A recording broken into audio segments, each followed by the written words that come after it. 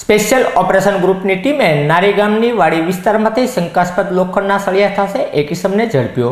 Special operation ગ્રુપની ટીમને બાતમી મળી હતી કે ચિત્રાના ભરવાડ શેરીમાં રહેતા ભરતભાઈ કાનાભાઈ આલગોતરે નારી ગામે આવેલી તેમની વાડીમાં શંકાસ્પદ સળિયાઓ રાખ્યા છે। જે બાતમીના આધારે એસઓજીની ટીમે દોડી જઈ 21,700 કિલોગ્રામ લોખંડના સળિયા કિંમત ₹10,85,000ના જથ્થા સાથે ભરતભાઈ આલગોતરની અટકાયત કરી જરૂરી કાર્યવાહી હાથ ધરી હતી।